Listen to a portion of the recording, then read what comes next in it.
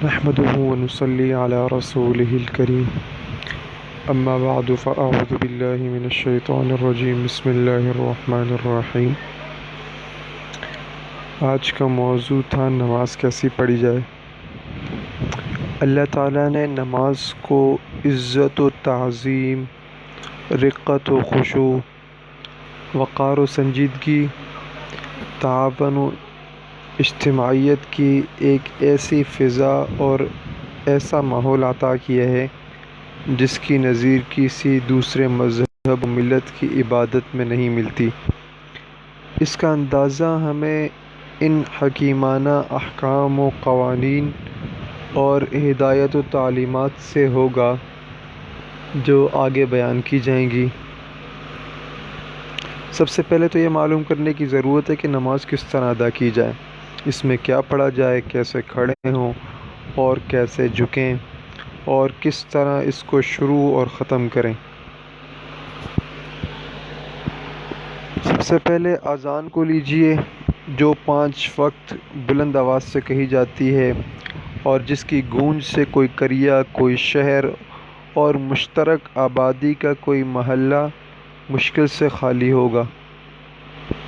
اذان کے مختصر الفاظ، ان کا ترجمہ پہلے سنیے۔ اللہ اکبر، اللہ اکبر، اللہ سب سے بڑا ہے۔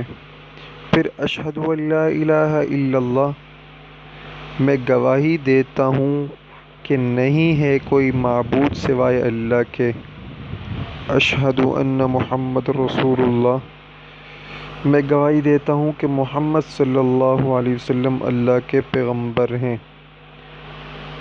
حی علی الصلاۃ، آؤ نماز کی طرف۔ حی علی الفلاح، آؤ کامیابی کی طرف۔ اللہ اکبر، اللہ اکبر، اللہ سب سے بڑا ہے۔ لا الہ الا اللہ، نہیں ہے کوئی معبود سوائے اللہ کے۔ اذان نماز کا اعلان بھی ہے اور اسلام کی دعوت بھی ہے۔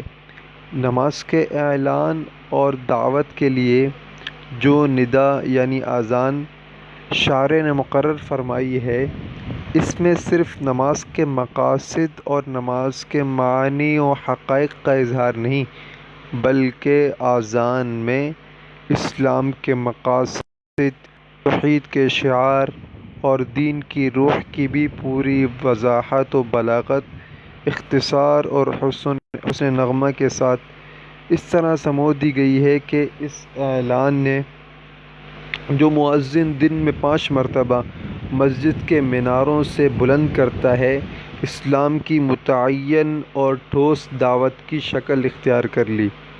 یہ وہ منفرد اور واحد ندا ہے جو ہر قسم کے ظاہری محفوظ ہے اور اس میں دین کا لب لباب اور خلاصہ آ گیا ہے۔ وہ اللہ تعالیٰ کی عظمت و کبریائی کا اعلان بھی ہے کہ وہ ہر بڑے سے بڑا ہے۔ پھر اس میں دونوں شہادتیں بھی موجود ہیں، توحید کی شہادت بھی اور رسالت کی شہادت بھی۔ اشہد ان لا الہ الا اللہ، اشہد ان محمد رسول اللہ۔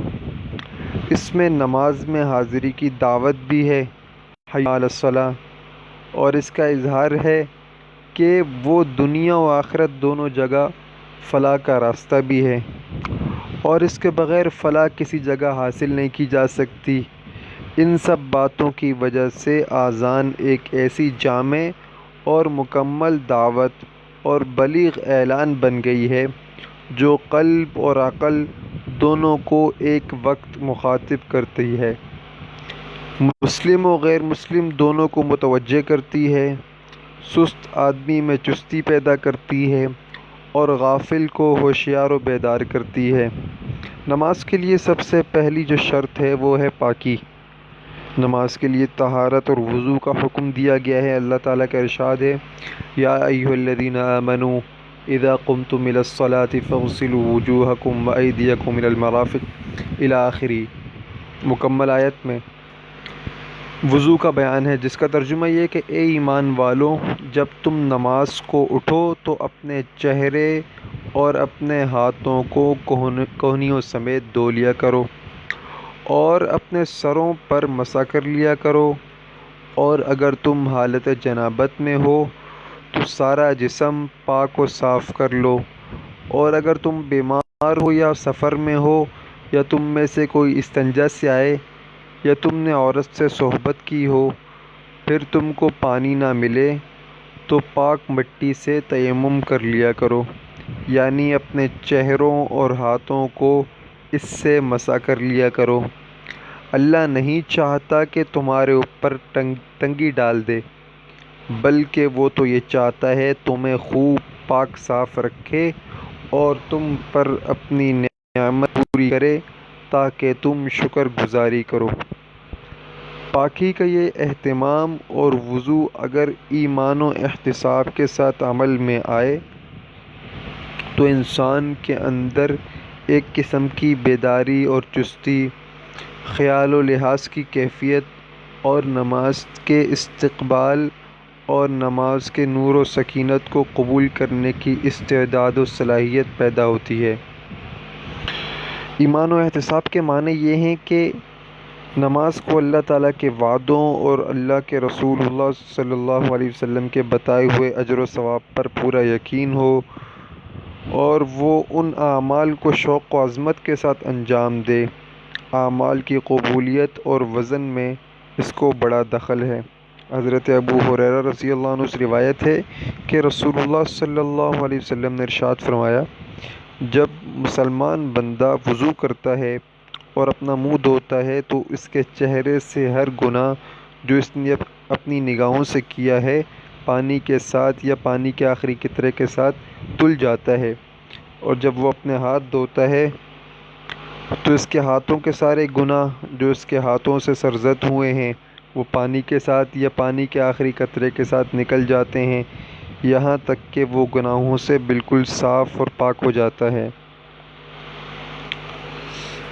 اچھا، تو رسول اللہ صلی اللہ علیہ وسلم نے وضو اور طہارت کے فوائد کی تکمیل اور نماز کی تیاری کے لیے جو در حقیقت مومن کی اللہ تعالیٰ سے سرگوشی اور دعا و مناجات ہے، مسواک کرنے کی بھی تعلیم فرمائی ہے، اور بہت تاکید کے ساتھ اس کی ترغیب دی ہے، اور یہاں تک کہ ارشاد فرمایا کہ اگر اپنی امت پر مشقت کا ڈر نہ ہوتا تو میں لوگوں کو ہر نماز کے وقت مسواک کرنے کا حکم دیتا۔